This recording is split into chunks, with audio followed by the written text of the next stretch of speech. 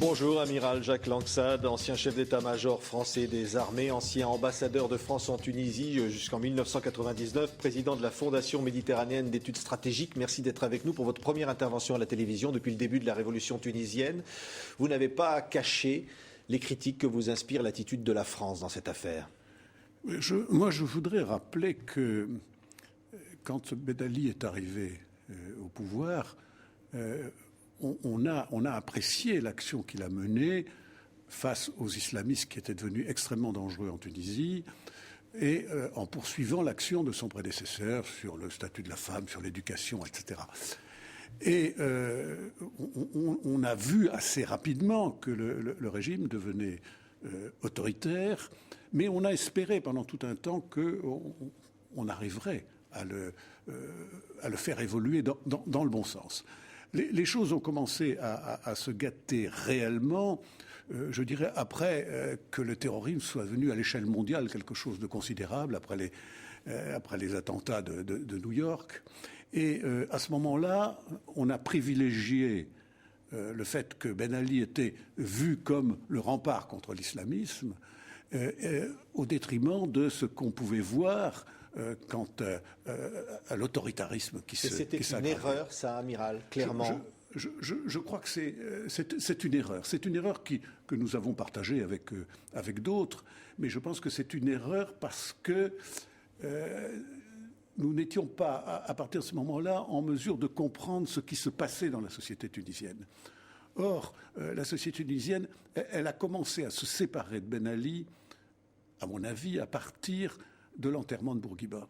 Le fait que cet enterrement ait été caché à la population, enfin, n'ait pas été montré à la télévision, a créé un sentiment très grave de malaise. Et à partir de ce moment-là, moi j'allais souvent en Tunisie, on a vu que les gens commençaient à parler. Et ceci n'a pas cessé de s'accroître. Et c'était la France qui était aveugle, qui ne voulait pas voir ? Je crois que c'était un choix politique. C'était un choix politique. On a vraiment décidé, on savait beaucoup de choses, mais on a décidé que, pour des raisons politiques, qu'il fallait soutenir le régime de Ben Ali. Vous avez été ambassadeur de France jusqu'en 1999 à Tunis. Est-ce que vous avez pu essayer d'infléchir les choses ?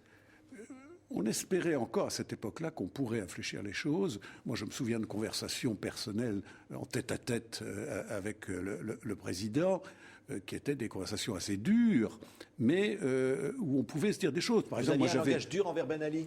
On avait un langage très direct, extrêmement direct. Moi, j'avais obtenu de lui, par exemple, qu'il supprime le ministère de l'Information. Alors, après, il a rétabli la censure, etc. Enfin, ça veut dire qu'avec de la fermeté, on pouvait infléchir les choses ? À cette époque-là, on pouvait encore faire quelque chose. Malheureusement, le régime a continué de se dégrader. Et puis est apparue, au milieu des années 2000, cette corruption qui a atteint un niveau extraordinaire. Mais visible de tous, que tout le monde connaissait. France connaissait cette corruption ? La France la connaissait évidemment, mais tout le monde la connaissait. Et d'ailleurs, quand vous voyez aujourd'hui que tous les biens de la famille Trabelsi ont été systématiquement détruits les uns après les autres, autrement dit, la population savait. Et comme les gens parlaient de plus en plus, on ne devait pas avoir de doute. Mais c'était un choix politique.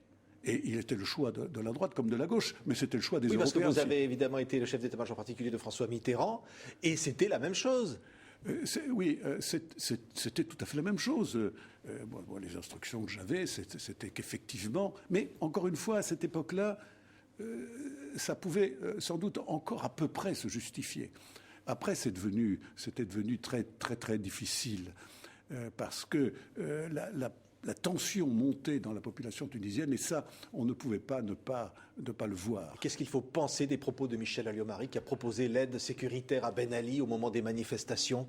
Je crois qu'on ne peut les expliquer que par le fait que ce choix politique de soutenir Ben Ali, on l'a maintenu extrêmement tardivement. Et que c'est dans cette optique-là qu'elle a été amenée à proposer ce qu'elle a proposé. Mais évidemment, c'est tout à fait catastrophique pour les relations franco-tunisiennes à venir. Et au-delà, pour tout le Maghreb, c'est la politique arabe de la France qui est en question aujourd'hui ? Je ne crois pas que ça ait la même influence en dehors de la Tunisie.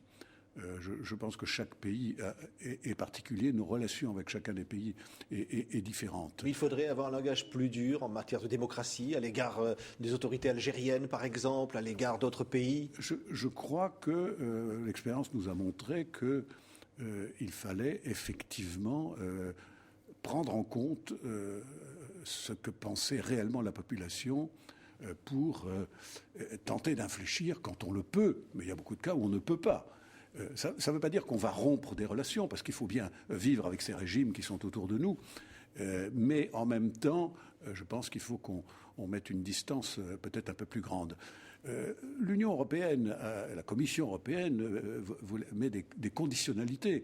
Quand on discutait avec la Tunisie du statut privilégié, comment donner un statut privilégié et même accepter d'en discuter avec un pays où la corruption avait atteint ce niveau, où il n'y avait aucune liberté de la presse, où la censure était partout et où tout opposant était empêché d'agir. Qu'est-ce qui va se passer maintenant en Tunisie, ce pays que vous connaissez bien, Alors, amiral? Je crois que nous allons vivre une période de transition. D'abord, je voudrais dire qu'un retour en arrière est impossible. Bon, ça me paraît exclu.